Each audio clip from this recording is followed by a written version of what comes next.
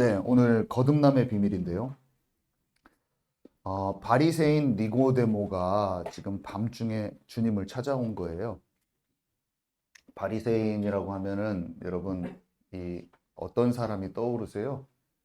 어, 예수님 영화 보면 막 예수님 죽이려고 하는 사람들 옷을 막 이 제사장 옷 거창하게 입고 초전 영화, 초전 드라마 제가 그거 꼭 보라고 자꾸 말씀드렸는데 그 초전 드라마를 보면은 그때 분위기를 엄청 재현을 잘했어요. 옷이랑 소품이랑 배경이랑 너무 잘 만들어 놨어. 그래서 거기에 니고데모가 딱 등장하거든요. 할아버지, 이 유대인 지도자들인데 지도자 중에 한 명인데 예수님 기득권이 막 많아. 그래가지고 절대 예수님 믿으려고 하지도 않고 예수님이 그리스도인 거 전혀 알아보지도 못하고. 어, 이 사람이 밤에 찾아온 일은 아주 특별한 일이었어요. 왜 그러냐면 니고데모가 속해 있는 그 대제사장 그룹들, 바리새인 그룹들은요. 어, 당시에 유대인들의 영적 지도자들인데 예수님을 엄청 싫어한다니까요. 그러니까 자기가 거기에서 예수님 만나러 오는 게 큰일 날 일이야. 한마디로. 근데 밤에 몰래 찾아온 거예요, 이 사람이. 어, 예수님을 당시에 왜 이렇게 사람들이 싫어했냐 그 얘기를 제가 잠깐 할 건데요. 첫 번째로는 자기의 스타일을 안 따라오니까 그래요. 자기네들이 믿는 방식을 따르질 않아. 안식일에는 쉬어야 되는 거예요. 안식일은 주님의 날이니까 일하면 안 된다고. 근데 예수님은 막 안식일날 병든 자를 고쳐. 만약에 교회에서, 제가 여기서 갑자기 하나님이 제가 이거를 많이 얘기했잖아요. 만약에 누가 아픈 사람이 여기 있어서 하나님이 영적 감동을 주셔요. 갑자기 저한테. 그래서 제가 여기에서 딱 나가가지고 제가 여기 오는 것도 싫어하는 사람이 있을 수도 있어요. 뭔가 틀에 박힌 사고방식은 싫어. 이렇게 해가지고 예수 그리스도의 이름으로 질병은 떠나갈지어다. 질병이 딱 치유됐어. 근데 이 사람들은 안식일날 병을 고치면 일한다고 생각하는 거예요. 그러니까 여러분과 저도 마찬가지예요. 여러분들이 갖고 있는 신앙생활의 틀이 딱 정해져 있어요. 근데 그 틀이 내 마음속에서 위배되는 것을 하면은 너무너무 싫을 수가 있어요, 여러분. 무슨 말인지 아시죠? 다윗이 제가 여기서 막 너무 신나가 좋다 막 좋다 이렇게 하는데 이 전통적인 목사로서 음, 이쪽 꼬락서니 봐 목사로서 여러분 마음에 그게 일어난다면 여러분 이미 바리새인 같은 거예요, 여러분. 아멘이십니까? 내가 다윗처럼 춤을 추다가 여기서 바지가 막 흘러 벗겨져 내려가. 근데 비웃잖아요, 미갈이. 이 그 채통머리 없이. 근데 그 마음에 언약궤가 들어오고 하나님 사랑하는 마음이 가득한 건 안 보인 거야. 응? 우리 노준 집사가 눈물이 나요. 근데 누가 어떤 사람이 기도나 이나 중간에 말 끝까지 해야지. 중간에 울었어. 목사님도 울고 있고 막. 그렇게는 안 하겠지만 뭔가 자기 마음에 우리는 예배라는 거는 우리 감정 그대로 드리는 겁니다, 주님께. 여러분, 아멘이십니까? 여러분 마음속에 뭔가 이런 내면에 예배라는 틀이 있다면 다 버리시기 바랍니다. 제가 여기서 갑자기 다리가 아파서 앉아서 드려요, 예배를. 그럼 여러분 뭐라고 하실 거예요? 다리 아프면 앉아서 드릴 수도 있지. 좀 다 걷어버리시기 바랍니다. 제가 넥타이 목 맺혀가지고 더워서 좀 풀었어. 더 잘 전해, 여러분. 막 이게 막 더 나를 막 목이 조이는 거예요. 너무 힘들어요. 목사님이 넥타이도 안 차고 와가지고 예배 예의 없어. 예수님은요 흠모할 모양도 없고 보통 사람 옷 입고 다녔어요. 세리와 창녀들과 죄인들과 더불어 밥을 먹고 근데 예수님, 아유, 양복도 안 입고 예배 드린다고. 여러분, 그렇게 하시면 안 되죠. 그죠? 그게 바리새인들인 거예요. 한마디로, 자기 스타일을 뭔가 안 따라오면은 그게 아니라고 생각하는 거예요. 자, 그리고 늘 지켜야 되냐 말아야 되냐 이런 입장이 있어요. 뭐가? 예수 믿으니까 이렇게 해야지, 저렇게 해야지, 살인하면 안 돼, 간음하면 안 돼. 그래가지고 사람들한테 엄청 가르칩니다. 이거는 여러분 이렇게 하지 마십시오. 예수 믿는 사람이 이렇게 하면 안 돼요. 근데 예수님은 뭐라고 하냐면, 살인한 게 중요한 게 아니라 지금 네가 너무 미워하고 있는 게 살인이요. 이렇게 얘기해 주세요. 그 사람은요, 내가 예수 믿으니까 이만큼의 기준을 내가 지켰으면 나는 괜찮아 하면서 남들을 가르쳐, 교훈적으로. 그 사람은 율법주의자가 돼요. 자기 마음에 상한 것, 썩은 것, 그런 것이 있다는 것을 주님 앞에 내놓지 못하고, 나는 그래도 저 사람보다 나은 사람이야. 약간 이런 의식을 가지고 있어.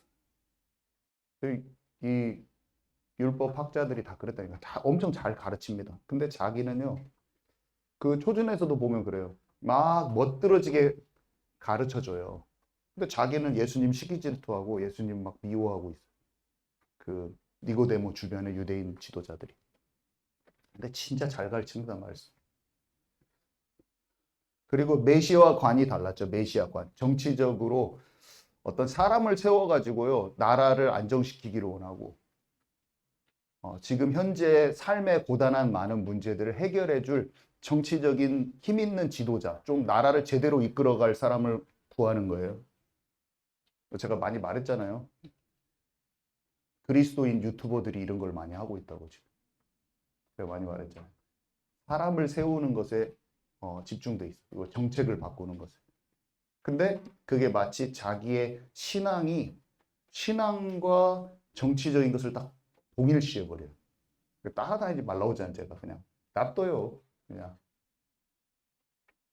그리고 자기의 기득권을 위협받았기 때문이에요. 그래서 예수님을 제거하려고 한 거예요. 자기 자리를 지키는데 혈안이 돼 있어요. 그래서 예수님을 너무너무 미워하는데, 니고데모가요,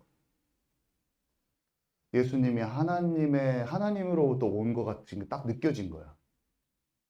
지난주에 요한복음에는 어떤 사건이 특별히 크게 써 있었어요. 바로 이전에 있었던 사건이, 사실은 2장에서 두 가지 사건인데, 하나는 물이 포도주로 변한 사건하고 성전에서 청소하신 사건, 두 가지예요. 근데 이제 여기에서 니고데모가 당신은 그 표적을 보니까 진짜 하나님으로부터 오신 분이군요 말했을 때, 그 표적이 아마도 물이 포도주로 변한 사건을 얘기하는 것 같아요. 다 대부분 사람들이 그렇게 평가를 합니다. 근데 초전 드라마를 보니까, 초전 드라마는 좀 각색을 했더라고. 그 귀신 들린 마리아를 고치는 것을 니고데모가 목격을 하고 예수님을 찾아가거든요. 근데 그랬을 수도 있어요. 왜냐하면 예수님이 한두 가지 일을 한 게 아니라 표적은 많이 있었거든요. 그래서 여기 뭐 요한복음에는 물이 포도주가 된 사건이 있지만, 예수님이 제자들 만났을 때 많은 표적을 하셨어요. 그러니까 니고데모가 많은 소식을 들었겠죠. 예수님의 표적에 대해서. 근데 예수님이 그 표적을 보고 하나님의 나라를 네가 볼 수 있겠냐 이런 질문을 하셔요. 자, 2번에 볼게요. 니고데모의 관점과 예수님의 대답인데, 우리가 당신은 하나님께로부터 오신 선생인 줄 아나이다. 하나님이 함께하지 않으시면 당신이 행하시는 이 표적을 아무도 할 수 없음이니다. 이런 말을 합니다. 그러니까 니고데모가 안 것이 두 가지예요. 하나는 뭐예요? 첫 번째는 예수님이 하나님께로부터 온 분이라는 걸 알았어요. 두 번째로는 뭐를 알았냐면, 내가 그 표적을 보니까 이거는 하나님이 함께 하시지 않고서는 일어날 수가 없다는 거예요. 뭔가 알았잖아요. 지금 당신이 아니 예수님께 그렇게 몰래 찾아와서 참 굉장한 믿음을 고백하잖아요, 지금. 야, 어떻게 이런 대단한 믿음을 고백하는 거예요. 그런데 예수님이 딱 대답을 해주시는데, 사람이 거듭나지 않으면 하나님의 나라를 볼 수가 없다. 이렇게 말씀하셨어요. 우리가 사람 그냥 대화만 보고는 니고데모 믿음 좋네. 아이고 하나님께로 오신 분인 거를 알고, 응? 그 다음에 이 표적도 하나님으로부터 말미암았다고 얘기하네. 와 믿음 있네. 이렇게 생각하는데 예수님은 뭐라고 말씀하시냐면 너 거듭나지 않았어. 이렇게 얘기하시는 거예요. 여러분 이해 가십니까? 사람이 거듭나지 않으면 하나님 나라를 볼 수가 없어. 진짜로 네가 거듭나야지 그런 표적에서 하나님의 나라를 볼 수 있는 거야. 이렇게 얘기하시는 거예요. 자, 그래서 혼인집의 표적을 봤는데 물이 포도주로 변하는 사건을 봤는데 지금 사실은요 니고데모는 그 표적이 무슨 표적인지 모릅니다. 지난주에 제가 설명드렸잖아요. 그 표적은 뭐였어요? 신랑 대신 그리스도가 필요한 그 이유를 온 세상이 알아야 된다 그거라고 그랬잖아요. 사람들이 착각을 하죠. 아이고 어려운 일 당할 때 예수님 오시면은 해결되는구나 뭐 이렇게 해가지고 설교도 하고 또 받아들이는데 그게 아니라 예수가 그리스도라는 그 사실을 아는 거예요. 구원자 된 걸 아는 거예요. 약간 육신적인 해결이 아니라 영적인 참된 하늘 포도주가 내게 필요한 걸 알아야 되는 거죠. 약간 근데 모든 사람이요. 문제가 해결되고 신비스러운 사건이 일어나고 기적이 일어나는데 이적과 기적과 자기 문제 해결에 초점이 맞춰져 있는데 예수님이 말씀하신 거, 이 표적을 통해서 하나님의 나라에 속한 자가 되는 비밀을 네가 알겠느냐? 예수가 그리스도 돼서 진짜 너의 인생, 너의 구원자 되는 걸 알겠느냐? 네가 어둠에서 생명으로 온 걸 알겠느냐? 네가 빛 가운데로 들어온 걸 알겠느냐?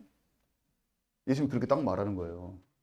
지금 몰라요. 지금 몰라. 니고데모가 몰라요. 지금 현재 모르는 상태야. 근데 하나님을 진짜 알고 싶은 상태야. 자, 그래서 3번. 육으로 난 것은 육이요, 영으로 난 것은 영이니. 이런 말을 하셔요. 그러니까 거듭남을 이해 못한 니고데모가 뭐라고 얘기하냐면요. 어머니 거듭난다고 하니까 reborn, 영어로는 다시 난다는 거. 거듭, 다시 난다. 아기를 낳는 거. 거듭남, 이거는 다시 엄마 뱃속에 들어가서 사람이 엄마 자궁 속에 들어가서 다시 내가 어떻게 다 늙어서 이렇게 할아버지 됐는데 어떻게 엄마 뱃속에 들어가서 다시 납니까? 이런 육신적인 피지컬한 그런 것만 생각이 나는 거야. 도대체 영으로 난다는 게 뭔지를 모르는 거야. 영의 새 생명이 얻어진 게 모르는 거야. 새 생명, 우리는 멀쩡하게 살아있는 것 같지만 하나님을 다 떠나 있단 말이에요. 영의 새 생명을 얻고 진짜 하나님의 자녀로 재탄생이 필요한 거예요, 여러분. 이것을 모르는 거예요. 이해가 안 가. 그러니까 어머니 뱃속에 들어가서 제가 어떻게 다시 납니까? 그러니까 이 거듭나는 것은 그걸 말하는 게 아니라 성령님이 우리 안에 오셔서 하나님 없는 인생이 끝나고 하나님 있는 인생으로 새롭게 태어나는 걸 얘기하는 거예요. 내 삶에 하나님이 진짜 함께하는 인생으로 새롭게 태어나는 걸 말하는 거예요. 그죠? 그래서 육으로 난 것은 육이요. 이게 무슨 말이냐면 지금까지 너희가 갖고 있었던 그 구원과는 다 육신적인 생각이야. 육에서 난 거야. 율법 잘 지키고 착하게 살고 행실이 좋아야지, 죄 짓지 않아야지 영생을 얻고 구원받는다? 틀린 말이야. 그건 육의 생각이야. 육으로 난 것은 육이요. 혈과 육으로 거듭나는 거. 엄마 뱃속에 들어갔다 나오는 것은 그건 영생을 얻을 수가 없어. 그래서 니고데모가 갖고 있는 구원관 잘못됐다고 딱 지적을 해주시는 거죠. 그래서 영으로 나야지. 영으로 난 것은 영이니. 그러니까 성령으로 나야지 참된 거듭남이 있는 거야. 이런 뜻이에요. 영으로 거듭나는 것이 성령으로 거듭나는 거예요. 자, 그래서 네 번째, 우리는 성령님으로 다시 나야 돼요. 우리 너무 잘 알죠. 선악과를 먹으면 정령 죽으리라. 하나님과 관계가 딱 하나님의 말씀을 떠났어요. 하나님이 말씀을 떠나는 쪽으로 내가 움직여 버렸어요. 마귀 말 듣고 떠나버렸어요. 그래서 그대로 죽음이 들어왔어요. 하나님과 관계가 단절됐어요. 모든 인간은 하나님과 관계가 단절됐어요. 선악과를 먹었더니요, 이 하늘의 생명이 우리는 너무나 필요한 존재라는 것이 딱 드러나 버렸어요. 우리는 구원자가 필요한 거예요. 하나님과 관계가 다 단절돼 버렸어요. 영의 죽음, 영의 죽음. 모든 사람이 영이 죽었어요. 하나님을 떠나서 창세기 3장 이후로 아담과 하와의 그 범죄 이후로 하나님의 자녀의 신분을 잃어버리고 하나님을 떠나 마귀에게 속한 자가 돼서 영적인 고아가 돼버렸어요. 오판, 영어로는 오판이라고 하죠. 스피리추얼 오판이 돼가지고 영적인 고아가 돼가지고 이 땅을 원더링하는 거예요. 원더링, 방황, 유리 방황. 유원지에서 엄마 손 놓쳐버려가지고 소매치기 아저씨가 와가지고 시키는 대로 사는 삶을 따라가듯이 영적인 참된 부모된 하나님의 손을 놓쳐서 이 땅에서 수고하고 무거운 짐을 지고 하나님 없으면 잘 될 것 같지만 내가 주인 되어서 온갖 내 생각에 갇혀가지고 온갖 세상의 생각에 가치관을 가지고 내가 바벨탑 쌓으면서 뭔가 이 세상에서 서바이벌 하는 인생으로 사는데 마음이 지친 거예요. 아무리 열심히 해봤자 안 돼. 아무리 힘있게 살아보려고도 안 되고 방법을 써도 안 되고 우리가 진짜 예수님 믿을 때 성령님이 어떤 것을 하시냐. 저는 이렇게 예수님 믿었을 때 정확히 알았어요. 뭔가 기적이 일어나고 뭔가 내 문제가 해결되는 거 하나도 없었어요. 하나도 해결이 안 됐어. 근데 뭐가 알아졌냐면 내가 이런 하나님 떠난 인생이구나. 이게 정확하게 보이더라고, 내 자신. 내 힘으로 살아왔을 때는요, 내 힘이 남아있었을 때는요, 뭔가 그게 보이지 않아. 그냥 내가 열심히 살아서 박사를 이뤄내야지. 내가 열심히 해가지고 신앙생활도 내가 막 기타 치면서 막 사람들 막 예배 인도해야지. 내 힘으로 다 한 거예요. 그것도 익숙해가지고 교회라는 게 너무 익숙해. 어렸을 때부터 교회에 익숙하게 자라와가지고 그냥 그런 것도 다 익숙한 거예요. 근데 그 예배 인도마저도 내 힘으로 드리고 있다는 걸 제가 깨달았다니까요. 나는 삶을 살아갈 힘도 없는데 내가 막 하고 있어. 신앙생활도 내가 하고 있고 공부도 내 힘으로 하고 있고. 근데 주님을 만나는 것은 내가 처절하게 예배도 내 힘이요. 삶을 살아가는 것도 다 내 힘이요. 내 방법과 내 힘이 남아가지고 여전히 삶을 내가 이끌어가고 있구나. 그게 알아지는 게 하나님의 은혜더라고요. 그러니까 내가 처절하게 어둠 가운데 있고 바닥을 치니까 그때 진짜 내 마음 깊은 곳에서 하나님 저 좀 살려주세요. 저 좀 만나주세요. 내 삶을 좀 이끌어주세요. 저는 쉼이 필요합니다. 진짜 수고하고 무거운 짐진 자들에게 진짜 참된 평안과 안식이 된다고 하셨는데 저에게는 그 평안이 없어요. 제 마음에 울부짖으면서 제가 한마디 주님께 진짜 살아계시지만 만나지지는 않았지만 살아계신데 나는 아직 만나지지 않았지만 진짜 니고데모 같은 마음이었나 봐. 하나님 저 좀 만나 주십시오.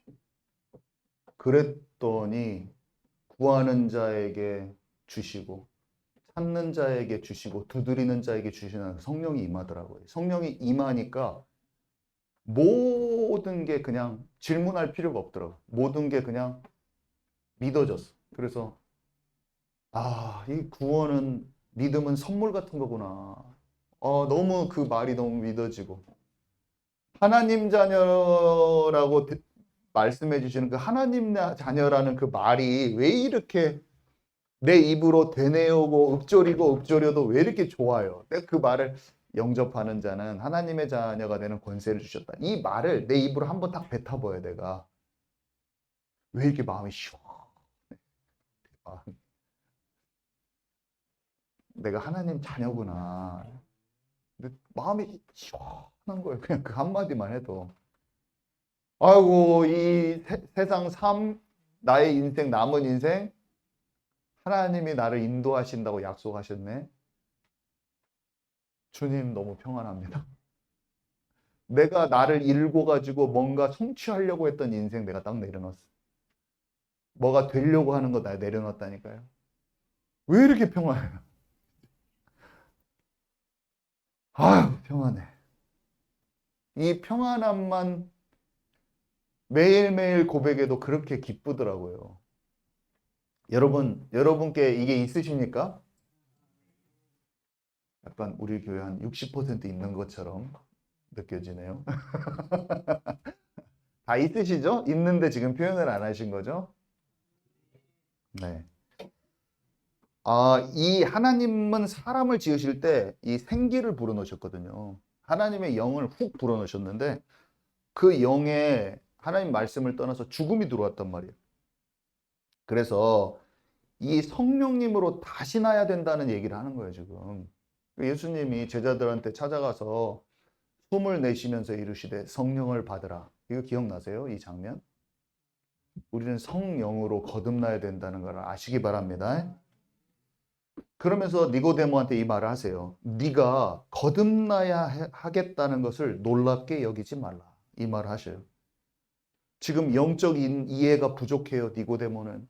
그렇지만 마음의 소원만큼은, 갈망만큼은 정말로 이거를 원하는 거예요, 니고데모는. 그러니까 이 니고데모를 거듭날 자로 여기시고 네가 거듭나야 될 것을 놀랍게 여기지 말라. 지금 친절하게 지금 알려주고 계시는 거예요, 주님이. 너 거듭나야 돼. 거듭나야 된다. 니고데모야, 네가 이 밤에 날 찾아왔지? 사람들의 눈초리를 아직은 두려워하는구나, 네가. 그렇지만 네 마음에 갈망이 있어서 여기까지 온 거 아니냐? 너 거듭나야 돼. 거듭나면 진짜 내가 말한 그 표적이 말하고 있는 그 본질을 네가 이해할 것이다. 내가 보여진 표적은 내가 그리스도라 함인 것인데 신랑 될 나, 신부가 될 너희들, 진짜 신랑 될 나의 청혼을 받아들여야 되는 참된 하늘의 포도주를 너희가 마셔야 될진데 네가 그것을 알리라. 이게 주님의 마음인 거예요. 아멘이시죠? 자, 그러면서 예수님 설명을 해주세요. 바람이 불 때 5번 네 몸을 스쳐 지나가잖아. 바람은 눈에 안 보이잖아. 근데 네 몸을 스쳐 지나가면 바람 부은 걸 알잖아. 피부에 와 닿는 그 감각으로 네가 알 수 있지. 성령님도 이런 식으로 네가 알 수 있단다 하면서 얘기를 해주시는 거예요. 바람은 피부의 감각으로 알듯이 성령도 영적인 감각으로 사람이 알아챌 수 있어. 이렇게 얘기를 해주셨어요. 이제 니고데모는 이 말을 모르죠. 근데 제가 이제 진짜로 성령을 받고 나니까 오는 특징들이 있었어요. 그것들을 좀 얘기하고자 합니다. 여러분도 확인해 보세요. 여러분 안에 이 성령께서 역사하셨는지를 여러분 알 수 있습니다. 이 거듭난 자의 특징 여러분도 확인해 보시기 바랍니다. 6번 하고 있어요. 거듭나면 내가 알게 돼 있거든요. 너무나 뚜렷한 거예요. 바람이 불면은 바람 분지를 알듯이 내 영이 살아나니까 성령이 내게 오셔서 성령으로 동작을 하니까 바람이 불어서 내게 몸에 부딪히는 것보다 더 명확하게 알아져 버려요. 제가 뭐 한 5가지 정도 써왔는데 영의 실체를 알게 되는 거죠. 첫 번째, 성령을 받으니까 영의 갈급함이 막 올라오더라고요. 영의 욕구, 말씀을 얼마나 사모하고 듣고 싶어지던지. 여러분, 내 갈급함, 그 찬양을 제가 진짜 좋아하는데 그게 예수님을 믿기 전에 갈급함을 제가 그거를 찬양을 부른 게 아니고 성령을 받았는데 그 찬양이 눈물로 불러지는 거예요. 내 갈급함, 어느 곳으로 채울 수 없네. 내 갈급함, 상한 나의 심령이. 내 갈급함, 목마른 사슴이 시냇가를 찾듯이 내 영혼 주를. 이게 믿기 전에가 아니라요. 믿고 났는데 그렇게 생명수가 필요하더라고. 나는 벌컥벌컥 마시고 싶은 거예요. 여러분 어떠십니까? 저한테 처음에 온 현상이 이거였어요.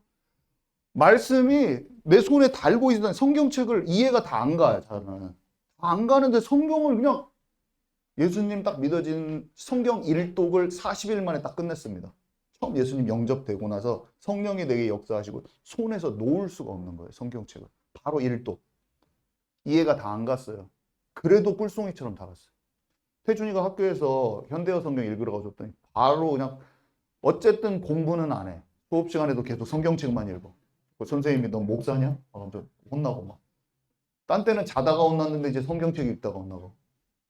그걸 한번 다 읽어버리는 거예요. 왜 이렇게 달아? 막 다 이해가, 중간에, 그러니까 다 이해가 간 게 아니라 막 뜨문뜨문 팍팍 이해가 가. 막. 그러니까 왜 예수님이 그랬는지를 막 알아지는 거예요, 그게. 막 충격이야. 읽으면서 충격이야. 계속 그러는 거야. 그러니까 저는 어떻게 된 줄 아세요? 궁금한 데가 너무 많이 생기네. 그래가지고 유튜브에 5만 유튜브를 다 즐겨찾기를 다 걸어놨어요. 왜냐면 내가 궁금한 거 알려주는 데를 보려고. 와, 근데 더 신기한 거. 약간 완전 분별력이 완벽하지는 않지만 대략 쓰레기는 다 걸러져 버리더만요. 근데 어느 정도 분별이 와버려요. 그러면서 책을 읽는데 자료와 이 모든 것들이 다 정리가, 모든 진리 가운데로 인도하신다는 하나님. 1년 만에 제가 신학 공부를 진짜 몇 년 한 사람처럼 너무나 책을 많이 봐버리니까 책하고 그걸 계속 그것만 하고 있어. 박사 공부는 안 하고 그것만 하고 앉아있어. 집에서. 계속 그것만 보는 거야. 첫 번째 현상. 이 영적인 갈급함이 정도에 따라 다르겠지만 옵니다. 분명히. 예수님 믿으면 와요. 왜냐? 영의 양식을 먹지 않고서는 사람은 살 수 없어요. 우리가 밥 먹는 거랑 똑같아요, 여러분. 우리가 밥을 먹으면 배 고프잖아요. 성령을 받은 하나님의 사람은 영의 양식이 없으면 배고픕니다, 여러분. 그리고 그게 채워진다는 게 뭔지 알아요? 달아요, 달어. 오늘 주시는 그 오늘의 매일의 만나가 없으면 못 살아요, 저는. 그래서 제가 오늘 들려진 하나님의 이해된 말씀 바로 그날 전에 맨날 제가 거의 매일 말씀 전하고 있거든요. 근데 옛날 거 갖다가 썰 수가 없어. 내일 말씀을 전하는데 오늘 저녁에 딱 기도하면서 성경 읽을 때 주시는 간단한 새 은혜가 새 말씀이 딱 주어져요. 그럼 갖다가 그 만나를 딱 주는 거예요. 제가 딱 말씀 전하러 갈 때 새롭게 깨달아진다요. 새롭게. 너무 신기하죠. 그러니까 말씀 기도 속에서 하나님이 내게 영적으로 공급하시는 것을 단 사람 만나 주기 전에 내가 먹는 거야. 너무 새롭게 깨달아지는 게 있다니까요. 이게 성령 받은 자, 거듭난 자의 첫 번째 특징이다, 여러분. 아멘이십니까? 풍성함은 차이가 있겠죠. 성경 교사로서 부른 사람은 좀 더 풍성할 수 있지만 그래도 비슷해요. 영적인 그 영의 양식을 추구하는 마음. 자, 두 번째. 그래서요. 그 만나가 주어지길 기도하는 거예요, 여러분. 내 기도, 나는 이런 기도를 해본 적이 없어. 아니, 전북대학교 기독교 소속이 쫙 있잖아요. 그러면은 책을 만나게 하시는 것, 좋은 진리를 만나게 하시는 것도 은혜라는 걸 제가 알았어요. 그래서 잡다한 지식이 엄청, 책이 다 기독교 책이라고 다 괜찮은 게 아니야. 거기에 보물 같은 게 있어요. 제가 기도를 한다니까. 하나님, 진짜 하나님의 사람들이 쓴 그 기록을 남겨놓은, 성경은 아니지만 그런 좋은 기록을 만나게 하옵소서. 저 그렇게 기도를 해요. 책도 하나님이 만남을 주신다는 걸 알아요. 저는 기도를 항상 그거 합니다. 많이 해요. 자동으로 제 몸에 붙어 있어요. 하나님, 하나님이 남겨놓게 하신 그런 자료를 만나게 하옵소서.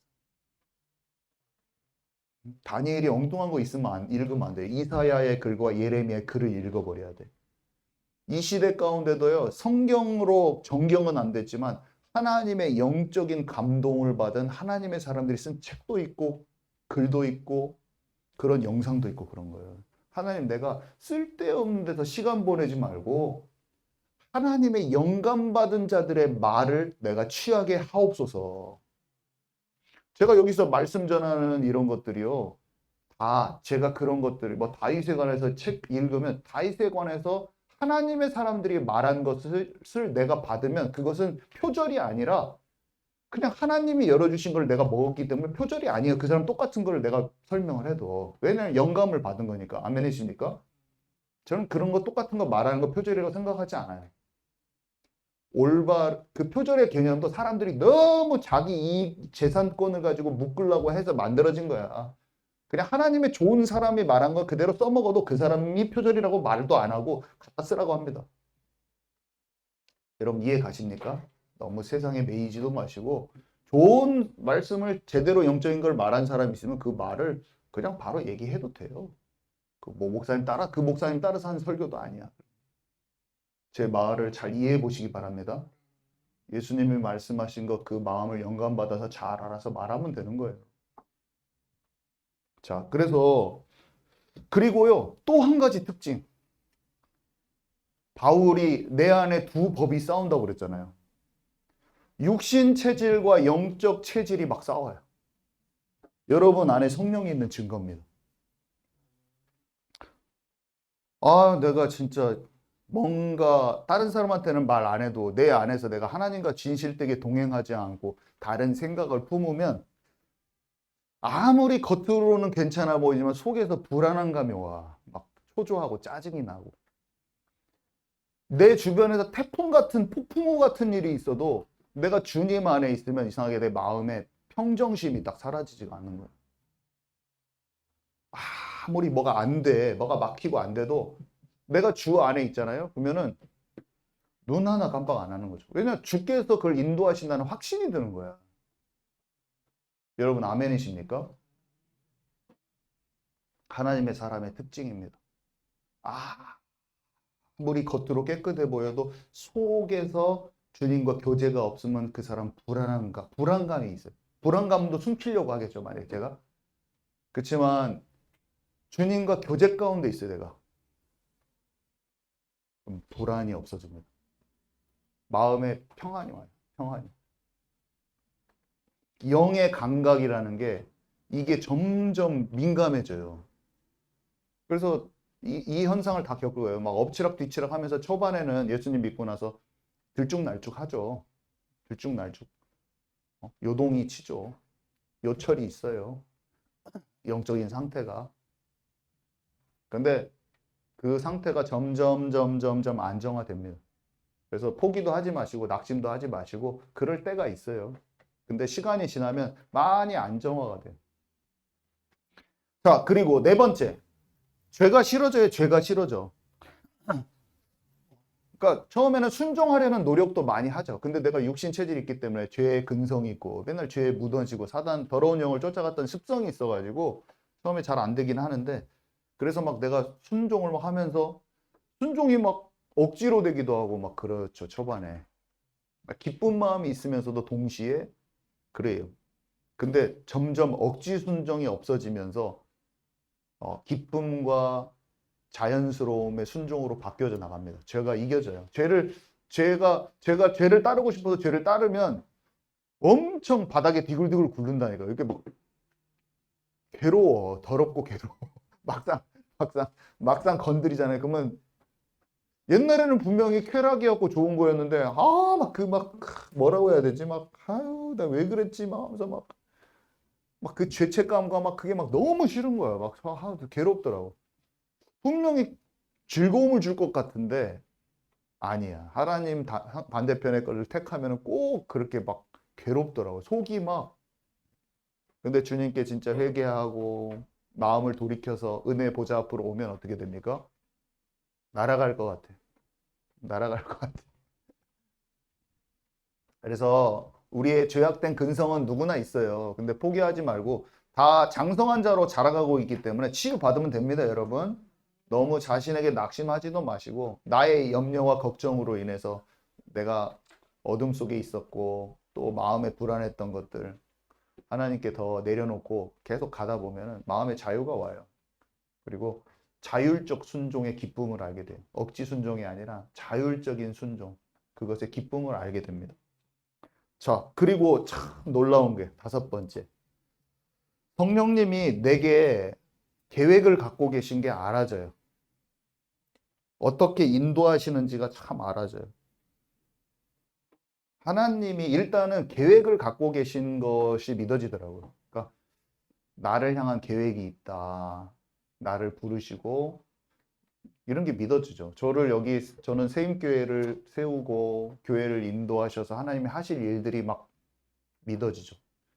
소망을 두고 행하시는 주님께서 우리 안에 소망을 두고 행하시는데 키르기즈스탄 선교나 우리 교회를 통해서 하실 일이 굉장히 많이 믿어지고 있죠. 이게 하나님이 뭔가 하셔요. 내 마음에 믿어지는 거.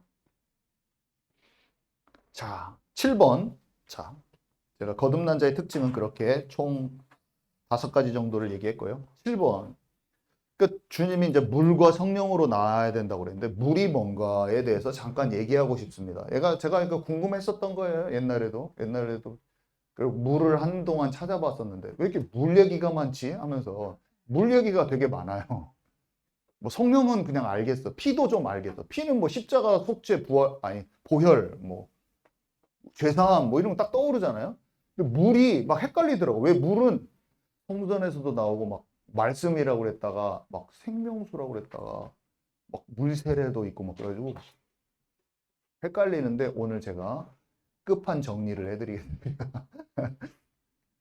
예수님이 어떤 뜻을 가지고 또 하나님이 뜻을 가지고 물을 설명을 많이 해주셨어요. 근데 그렇게 어려운 게 아니더라고요. 그리고 물을 가지고 하나만 얘기하신 게 아니라 이렇게도 설명하셨다가 저렇게도 설명하셨다가 그래서 헷갈리는 건데 별로 안 헷갈려요. 알고 나면. 자, 물과 성령으로 나야 하나님의 나라에 들어간다. 이렇게 지금 니고데모한테 말씀하셨어요. 그래서 물과 성령으로 나야. 근데 첫 번째 쉽게 떠오르는 게 뭐냐면 물 세례, 성령 세례 떠오르죠. 그죠? 물과 성령으로 나야 했을 때 물 세례, 성령 세례가 자동으로 잘 떠오릅니다. 그래서 마가복음 1장 8절 우리 한번 읽어보도록 하겠습니다. 시작. 나는 너희에게 물로 세례를 베풀었거니와 그는 너희에게 성령으로 세례를 베푸시니라. 아멘. 그래서 제가 물 세례에 대해서 한번 설명을 했었잖아요. 그때도 이제 물 세례에 대해서 좀 깊이 알아지더라고. 그래서 여러분 물 세례 물에 푹 잠겨라 제가 그 설교를 한번 했었는데 그 설교를 잘 마음에 정리를 하셔야 돼요. 그 되게 중요한 내용들을 제가 그때 다뤘었어요. 우리 리아 침례할 때 그 세례 받을 때 물 세례는 바울이 뭐라고 표현하냐면요. 바울이 표현하기를 홍해를 가르고 지나갈 때 물 세례로 비유를 해요.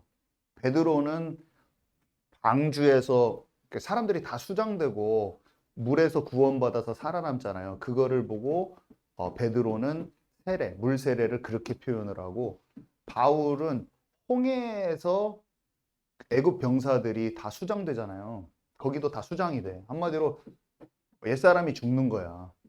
그러니까 이 세상에 속한 사람은 다 죽잖아요. 방주 때는. 홍해 때는. 홍해. 그리고 애굽은 뭐예요? 애굽에 살던 애굽 병사들이 다 수장되는 거예요. 그러면서 베드로도 그러고 바울도 그런 식으로 설명을 해요. 한마디로 하나님을 거역하고 거스리던 옛 생활 방식, 세상에 속한 마음 다 죽는 거예요. 세상 풍조를 따라서 마귀 따라 살던 내 습관, 체질 다 죽는 거예요. 하나님을 거역하던 내 내가 주인된 삶이 다 죽는 거예요. 그러니까 이스라엘은 자기가 눈으로 딱 목도를 하거든요. 뭐를 목도해요? 그렇게 강해 보이는 군사, 애굽 최강의 군사가 그 눈앞에서 바다에 완전히 다 죽는 거야. 이스라엘 백성들은 봐야만 해요. 출애굽하면서 유월절 어린 양 피 바르고 나오면서 뭘 봐야 됩니까? 옛 그렇게 강대하고 찬란하고 좋아 보였던 애굽이 뭐예요? 세계 7대 제국 제가 말했잖아요. 성경에 강대국 우상단지 그 나라 그 첫 번째 짐승의 첫 번째 머리였잖아요. 물에 수장되는 거예요, 여러분. 세상을 따라 살던 삶 완전히 끝나는 거예요, 여러분. 거기에서 구원받는 거예요, 여러분. 방주에서 구원받고 그 물에 수장되는데 그 물에 길이 나버리는 거예요. 생명의 길로 가는 거예요, 우리는. 아멘이십니까? 생명의 길 예수 그리스도로 가는 거예요, 우리는. 가나안 땅으로 가는 거예요. 영원 천국 가나안 땅. 하나님이 보여주신 그 길을 통해서 너희는 여호와께서 행하시는 그 구원을 보라. 하면서 구원의 길, 그 길로 가는 거예요. 아멘이십니까? 물 세례는 한마디로 완전히 하나님 없던 삶을 떠나는 걸 뜻하는 거예요. 그것에 대한 예표라고 볼 수 있습니다.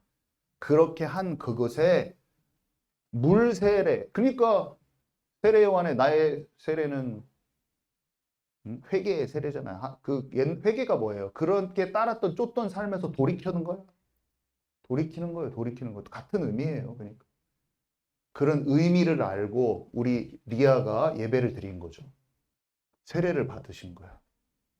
우리 리아가 그날에 그 메시지를 받고, 아, 내가 친구들은 다 세상에 속해 있지만 다 친구들도 친하고 좋지만 나는 진짜 여호와 하나님을 향한 그 길로 나는 가는구나. 그거를 알고 세례를 받은 거라니까요. 그때 그 마음으로, 이 세례라는 게 형식 같잖아요. 그렇지만 그런 형식을 하나님이 하라고 하신 거야. 그 침례가 되는 세례를 받는 그 세례식에 너는 네 온 마음을, 세상에 있던 마음을 돌이켜서 여호와 하나님께로 향하여 그 길로 가라. 그걸 알고 세례를 받잖아요.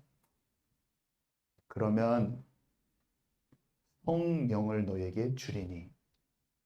하나님 성령 받는 거예요. 성령 주신다니까. 그래서 물과 성령으로 거듭나요. 아멘이십니까? 그래서 물과 성령으로 나야 세상 나라가 아니라 하나님 나라에 들어가는 거예요, 여러분. 그게 기본이고요. 근데 제가 궁금했던 게 물과 피로 임하신 자니 곧 예수 그리스도는 결국 똑같은 말인데, 아까 그 물세례, 홍해에 갈라진 그 생명의 길로 가는 것, 그것도 본래 예수님께로 가는 거예요. 그죠? 근데 여기 또 써 있어요. 요한일서 5장 6절에서 8절 보면 한번 같이 읽을게요. 시작. 이는 물과 피로 임하신 이시니 곧 예수 그리스도시라. 물로만 아니요 물과 피로 임하셨고 증언하는 이는 성령이시니 성령은 진리니라. 증언하는 이가 셋이니 성령과 물과 피라. 또한 이 셋은 합하여 하나이니라. 네. 여기는 분명히 말을 해놨어요. 물은 예수 그리스도를 뜻한다고 써 있어요. 여기 물과 피로 임하신 자니, 물과 피는 곧 예수 그리스도라 이렇게 돼 있잖아요. 그러니까 아까 물을 제가 설명할 때는 진짜 옛사람이 수장되고 하나님 나라에 속한 건데, 결국에 그 물이 예수 그리스도야. 그렇게 되게 하시는 분이 예수 그리스도예요. 아멘이시죠? 그 분이 예수 그리스도. 그래서 막 너무 의견이 분분할 필요가 없다. 이거는 수장된 거야. 막 옛사람 체질이야. 아니요, 그거는 예수 그리스도예요. 예수 그리스도. 다 똑같은 말이에요, 여러분. 그냥 주님이 이렇게도 표현하면 그런갑다 하고, 또 이렇게 물은 그리스도 자체야. 그러면 그런갑다. 아멘 하면 되는 것이지. 막 신학자들이 막 주석에 읽어보니 그래 써있더라고. 이거는 세례와 성찬을 얘기하는 것이니. 막 어떤 사람 누구 외국인 이름 막 써있어. 누구는 이걸 세례와 성찬이라고 얘기했고요. 물과 피는요. 어떤 사람은요. 이거는 수장된 건데, 아니요, 이건 예수 그리스도만 뜻하는 겁니다. 뭐야, 그냥 다 맞는 거지. 예수님 말했으면. 여러분 이해 가십니까? 그냥 그대로 받으면 되는 거예요. 예수님이 이렇게 요한은 이렇게 설명을 했네. 예수님이 요한복음 4장 14절에는 이렇게 써 있어요. 내가 주는 물을 먹는 자는 영원히 목마르지 아니하리니 나의 주는 물은 그 속에서 영생하도록 솟아나는 샘물이 되리라. 아멘이십니까? 물은요, 생명수라고 표현되어 있어요. 예수 그리스도라고 요한은 말했고, 또 요한복음에는 생명수라고, 나를 살리는 생명수라고 되어 있고, 또 물이 또 뭐 어떻게 돼요? 에스겔서에는 어떻게 나죠? 성전에서 흘러나오는 물이 막 다 살려버려. 강으로 나가서 다 살려버려요. 그러면서 말씀이라고 하죠. 예수님의 말씀이지 뭐요, 그게. 예수님이 생명수고 말씀이고 다 살리는 거지. 예수님이고.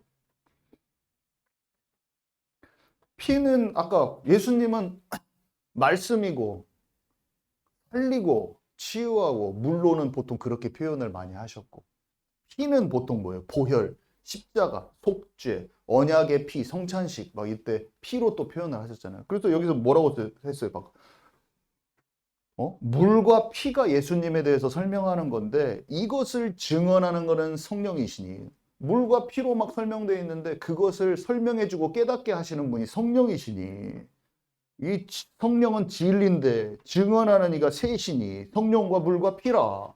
예수님이요 물과 피로 막 설명이 되어 있고 성령께서 뭐 깨닫게 하시고 막 그런다는 말인 거예요. 아멘이십니까?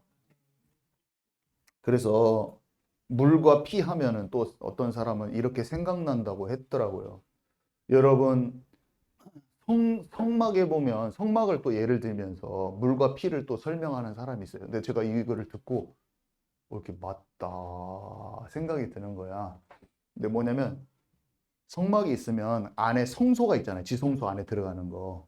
근데 그 뜰 안에 보면 뜰에 보면은 두 개가 있어요. 하나는 번제단 있고 번제단 다음에 물두멍이 있어요.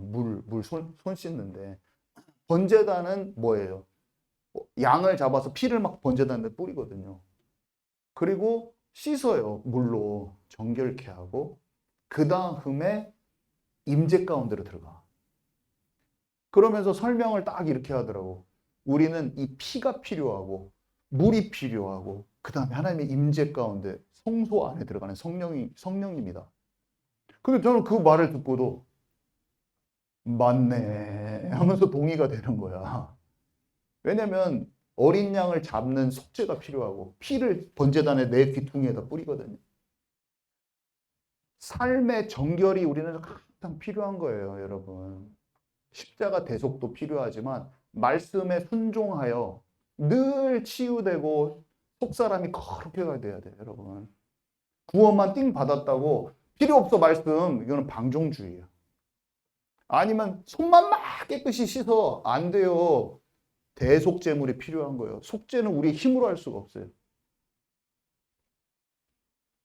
그리스도의 피로 보혈을 바르고 말씀으로 인하여 정말 거룩하고 정결한 삶으로 말씀에 순종하는 자가 돼요. 하나님의 임재 가운데로 들어가는 지속하는 삶의 예배가 되어야 되는 줄 믿습니다. 그래서 예수님의 십자가 필요하지만 말씀과 성령으로 늘 씻어 변화되어 24시 동행하는 자가 되어야 돼요. 우리는 하나님과. 그래서 제가 그 글을 읽으면서 제가 설명이 명쾌하고도 또 여기에도 그 성막 안에 이미 예수님과 관계 속으로 들어가는 비밀을 주님께서 굉장히 많이 집어넣으셨다는 것을 많이 느끼게 됐습니다. 자, 결론입니다. 그러면서 예수님이 너는 이스라엘의 선생으로서 이러한 일을 알지 못하느냐 이렇게 물어봤어요. 특히 그 표적에 대해서 니고데모가 얘기했으니까 예수님은 이런 뉘앙스로 말씀하시는 것이기도 해요. 혼인집의 포도주 사건 거기서 하나님 나라를 네가 보지 못하였구나. 많은 사람들이 아까 제가 좀 설명했지만 잔치집에서 망신당할 위기를 모면했다. 뭐 이 정도로 이해를 하는데 예수님이 포도주 없는데 잘 해줬으니까 그러면서 삶의 힘든 부분에 주님을 모셔드리면 이렇게 잘 해결돼요. 뭐 이 정도로 해석하기도 쉬워요. 그게 아니고 뭐였어요? 그렇게 하면은 뭐예요? 하나님 나라는 보지 못하고 사람 비유에 맞추는 설교를 하게 되겠죠. 좋은 말인 것 같아. 근데 여러분 어려우시죠? 주님께서 물이 없는 곳에 포도주 만들어 주십니다. 그럼 제가 설교를 하는 거예요, 여기서. 그러면서 여러분 주님이 계시면 항상 여러분의 문제를 잘 해결해 주실 거예요. 아멘 하고 주님 하고 같이 기도하면서 주님 역시 내 문제를 해결해 주실 거를 믿습니다. 오늘 목사님 통해서 제 삶의 어려운 문제를 잘 들여다보고 계셨군요. 막 하면서 근데 저는 여러분의 귀를 긁어주는 설교를 하는 거예요. 맞는 말 같으면서도 아니야. 주님께서 원하시는 건 그 뜻이 아니었기 때문에 주님의 의도를 알고 온전한 믿음을 세워줘야 되는데 그래서 내가 원치 않아도 내가 모르면 소경이 소경을 이끈다고 내가 모르면 나도 모르게 내가 거짓 선생이 되는 거예요, 여러분. 인간적인 수준에서 알면. 근데 주님이 원하시는 그게 아니다. 뭐였습니까? 신랑과 신부가 결혼하는 그때 하필이면 포도주가 똑 떨어졌어. 그게 예수님의 첫 번째 표적이었어요. 신랑 신부가 결혼하는데 포도주가 똑 떨어졌어. 신랑 되신 하나님, 여호와 하나님과 신부된 우리, 여자로 표현되어 있는 이 인생들, 우리 사람들이 언약을 체결해야 되는데 그곳에 진짜 참된 하늘 양식, 하늘 포도주로 있어야 될 분은 예수 그리스도예요. 그 예수 그리스도가 창세기 3장 15절에 여자의 후손으로 오신다고 예견되었던 그 메시아가 실제로 오셔서 내가 너의 참된 신랑이야. 내가 너에게 언약의 피로 이 포도주가, 내가 너에게 포도주가 돼야 돼. 너와 나는 혼인관계, 어린 양의 혼인잔치에 너희가 참여할 것이다.